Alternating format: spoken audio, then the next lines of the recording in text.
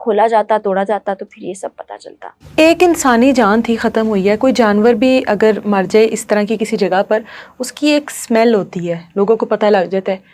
ایک انسانی باڈی پڑی ہوئی تھی پچھلے 9 ماہ سے پورے اپارٹمنٹ کی بلڈنگ میں, کسی کو پتہ نہیں لگا. کیا کوئی اسمیل, کوئی تافون, اس طرح کی کوئی چیز نہیں پھیلی؟ فوری پتہ لگ جاتا ہے, جیسے عائشہ آپا کے کیس میں پتہ لگ گیا تھا. اس کیس میں کیوں نہیں پتہ لگا؟ اس کے کچھ پہلو ہیں. کچھ اس بات پر نا لوگ یہ خدشہ بھی ظاہر کر رہے ہیں کہ شاید ان کو کوئی ایسا کھانا دے دیا گیا ہو. پولیس نے بھی انیشلی کہا تھا کہ کھانے میں کچھ ہو سکتا ہے, فوڈ پوائزننگ کا کیس بھی ہو سکتا ہے کہ ڈی ہائیڈریٹ ہو کے وہ گر گئیں اور دل ان کا بند ہو گیا. لیکن اس کے کچھ 1-2 پہلو جو میں آپ سے بھی شیئر کرنا چاہوں گی. امکان ہو سکتا ہے کہ ان کو کچھ دیا گیا ہو, لیکن یہ کہ ان کی باڈی کو اندر لا کے ڈال دیا گیا ان کی جان جانے کے بعد اور پھر بند کر دیا گیا, یہ اس لیے ممکن نہیں نظر آ رہا کیونکہ دروازے اندر سے بند تھے. اگر آپ باہری دروازہ دیکھیں جس کو پہلے سیل کیا تھا, اب ڈی سیل ہے, اس پر باہری طرف سے کوئی جو ابھی ڈیجیٹل لاکس آ گئے نا وہ نہیں ہے, وہ کنڈی والا دروازہ نظر آ رہا ہے. آپ خود بھی اس کو غور سے دیکھیں, جو اندر لکڑی کا دروازہ ہے اس میں ایک وہ اندر سے ویونگ والا ہول بھی بنا ہوا ہے کہ آپ دیکھ سکتے ہیں. دونوں اندر سے بند تھے. پھر اس کے بعد جب اندر پولیس داخل ہوئی تو ایک لاؤنج کا ایریا آتا ہے, ایک جانب ان کا کمرہ ہے یعنی رہائشی کمرہ, اور ایک جانب چھوٹا سا سٹور ہے. شاید جس اسٹوڈیو میں ہم موجود ہیں اس سے بھی آدھا ہوگا, کیا کہتے ہیں اس کو, جگہ آدھی ہوگی. پھر پینٹنگز پڑی ہوئی اور ان کے سامنے ہی اوندھے منہ ان کی باڈی نظر آ رہی ہے. تو اگر کنسیلڈ ہے اور آپ نے دروازے کے نیچے بھی کچھ ایسی چیزیں لگائی ہوئی ہیں کہ ہوا, روشنی, مٹی نہ آئے, تو وہ کافی حد تک تعفن بدبو کو روک لیتا ہے. اس کے بعد پھر اندر روم کا دروازہ بھی بند تھا, پھر بیڈ کا دروازہ بھی, لاؤنج کا دروازہ بھی بند. پھر یہ 3rd فلور پہ تھی, پہلے کہا جا رہا تھا 4th 3rd پہ.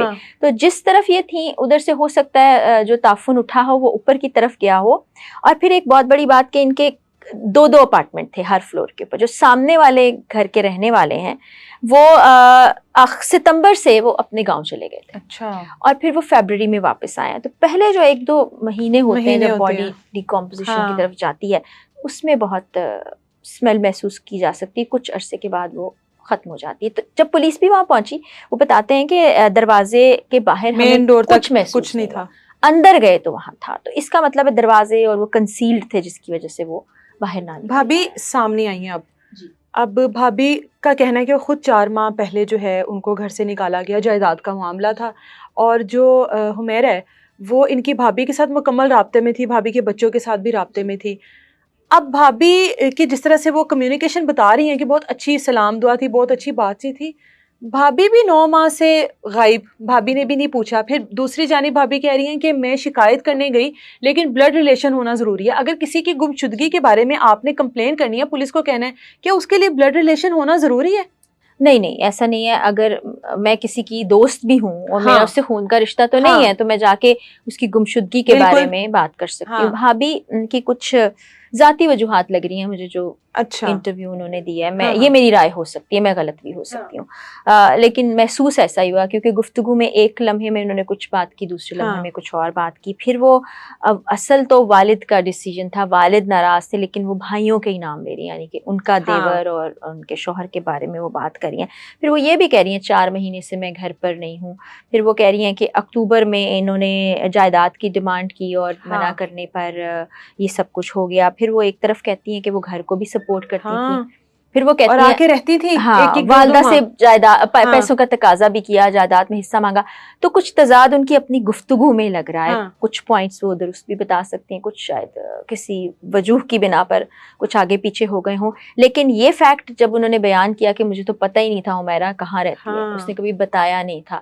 اب 7 سال سے ایک لڑکی آپ سے ان ٹچ بھی ہے, ماں سے بھی ان ٹچ ہے, پتہ تو آپ کو ہوگا کہ وہ کہاں رہتی ہے. اور اگر نہیں پتہ کیا جا سکتا تھا, جی پتہ کیا جا سکتا اور جیسے والدہ کو وہ اپنا ہر آنا جانا بتاتی تھی, تو ایسا نہیں ہے کہ ان کو پتہ نہیں ہوگا. لیکن وہی بات ہے کہ والد کی ناراضگی کے باعث والدہ, چونکہ ہمارے ہاں سربراہ جو گھر کا ہوتا ہے وہ مرد ہوتا ہے اور مرد کی بات کو زیادہ مانا جاتا ہے, تو یہ ہو سکتا ہے کہ بھائی اور والد کی وجہ سے والدہ بھی مجبور رہی. پہلے 9 ماہ تک لاوارثوں کی طرح اپنے ہی اپارٹمنٹ میں پڑی رہی, اس کے بعد اب سرد خانے میں پچھلے 2 دن سے ایک انتظار میں ہے کہ وارث جو ہیں وہ آئیں.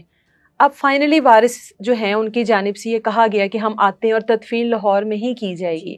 تو یہ شکر ہے اللہ کا کہ اللہ نے ان کے دل میں رحم ڈالا، یا اللہ تعالیٰ نے ان کو یہ ان کے دل میں یہ چیز ڈالی کہ اولاد ہے ان کی. اب کیا لگتا ہے کہ بس کیس ختم؟ کیس تو ایک معمہ بن گیا ہے اور لگتا نہیں کہ اصل وجہ سامنے آ سکے گی. اس پر ہم اپنی رائے کا اظہار کر سکتے ہیں، اپنی سمجھ بوجھ کے مطابق کہہ سکتے ہیں کہ کیا ہوا ہوگا، لیکن سچائی کیا ہے وہ اب صرف اللہ کی ذات جانتی ہے اور اس دنیا سے چلے جانے والی وہ لڑکی جانتی ہے جو جواں سالی میں بڑے دکھ میں گئی ہوگی. یقیناً کیا کر محسوس کیا ہوگا. والدین سے تو کل سے لے کر آج تک سارے جہان نے تقریباً بالکل گزارش کر دی کہ اب تو معاملہ اللہ اور اس کے درمیان ہے، آپ جانے دیجئے، جو بھی تھا اس کی آخری رسومات ادا کیجئے. کل بہنوئی نے رابطہ کیا تھا گزری پولیس سے، تو ان کو گزری پولیس نے منع کر دیا کہ خون کے رشتے کا ہونا بہت ضروری ہے. تو اب سے کچھ دیر پہلے ہی ان کے بھائی اور بہنوئی پہنچے ہیں گزری پولیس اسٹیشن. وہاں وہ کچھ قانونی کارروائی مکمل کریں گے، پھر چھپا سرد خانے سے جو بھی ان کی باقیات اور جس حال میں بھی ہیں ان کو لاہور لایا جائے گا، تدفین کی جائے گی. اس سے پہلے ایک خاتون ہے مہر بانو سیٹھی، انہوں نے بڑا اس چیز میں پہل کی کہ بھائی میں آخری رسومات کرتی ہوں، مجھے اجازت دی جائے. پھر ایک شوبز انڈسٹری کی بڑی نامور ایکٹریس ہیں سونیا، انہوں نے بھی کہا، لوگوں نے سپورٹ بھی کیا. پھر کیونکہ اب بلڈ ریلیشن کے علاوہ کسی کو یہ حق دیا نہیں جا سکتا تو منع کر دیا گیا ان کو. پھر آج صبح محکمہ ثقافت کے جو صوبائی وزیر ہیں سندھ کے سید ذوالفقار علی شاہ، انہوں نے ایڈیشنل آئی جی سے رابطہ کیا کہ اگر والدین نہیں مانیں گے، پہلی کوشش یہی کہ والدین مان جائیں، نہیں مانیں گے تو ہم پھر ان کو سرکاری طور پر وارث ان کے بن کے ان کی تدفین کریں گے پورے اعزاز کے ساتھ. لیکن اب یہ کہوں گی اگرچہ وہ اس دنیا میں نہیں رہیں، لیکن اب ان کو عزت و تکریم کے ساتھ چلی تو وہ گئیں، ان کو آخری ان کی آرام گاہ مہیا کر دیں اور جو بھی دل میں قدورتیں تھیں، ناراضگی تھی، جو بھی تھا ختم کر دیں. آپ کی بیٹی تھی، آپ کی بیٹی تھی، جو بھی ہے. اور جو والدین دیکھ رہے ہیں اور ایون جو بچے بھی دیکھ رہے ہیں، میں ان کو کہوں گی کہ یہ دنیا بڑی عارضی سی ہے، کچھ نہیں پتا کب آپ چلے جائیں. تو خدا را یہ نفرتیں قدورتیں اتنی انائے مت پالیں، ایک دوسرے سے بات کرتے رہیں، ہمسائے بھی ایک دوسرے سے ان ٹچ رہیں، دوست بھی رہیں. یہ 2-3 مثالیں بڑی بھیانک ہیں کہ جن لوگوں کی خاطر آپ اپنوں سے دور ہوتے ہیں، نہ وہ آپ کے بنتے ہیں اور ساتھ ہی ساتھ آپ اپنوں سے بھی دور ہو جاتے ہیں. دوسرا ایک سبق یہ بھی کہ بہت سارے لوگ ایسے ہوتے ہیں جو آپ سے بہت کچھ کہنا چاہتے ہیں، آپ چاہے بھری محفل میں بیٹھے ہو، لیکن کوئی 1-2 لوگ ایسے ہوتے ہیں جن کے دل میں بہت غبار ہوتا ہے، وہ کسی سے شیئر کرنا چاہتے ہیں، لیکن اس ڈر سے کہ مذاق بنے گا یا لوگ کیا کہیں گے، وہ اپنے اندر ہی اندر وہ تمام تر چیزوں کو لے کر سوچتے رہتے ہیں اور اس کے بعد پھر ایٹ دا اینڈ یہ ہوتا ہے. تو اس لیے کہا جاتا ہے کہ آپ لوگ خود بھی اپنے دوست احباب سب لوگوں سے پوچھتے رہا کریں، کوئی مسئلہ مسائل کوئی پریشانی تو نہیں ہے، کیونکہ ضروری نہیں ہے کہ مرنے کے بعد ہی آپ نے کسی کو آسرا یا کندھا دینا ہے. زندگی میں بھی کبھی کبھار آپ کو کسی کے سہارے کی، کسی کے کاندھے کی ضرورت پڑتی ہے، وہ آپ کوشش کریں کہ اس کو اس کی زندگی میں دے دیں، تاکہ اس طرح کی جو چیز